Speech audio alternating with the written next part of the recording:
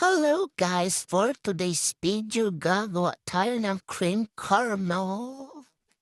Ito yung mga ingredients. 6 pieces egg, 1 rainbow cream, 1 can of condensed milk. At ilagay lang natin yan sa blender. 1 liter of fresh milk. And so guys. Then, vanilla powder. Cardamom 1 teaspoon and saffron. Konti lang siya ng saffron so hindi masarap pag madami. Ayan siya. Then mag-add tayo ng 2 cups of powdered milk. At sa pan naman, maglalagay tayo ng 3 tablespoon of sugar at ipared lang yun siya guys. Ayan na siya. And then i-blend ko na yung kanina na ni-mixture ko.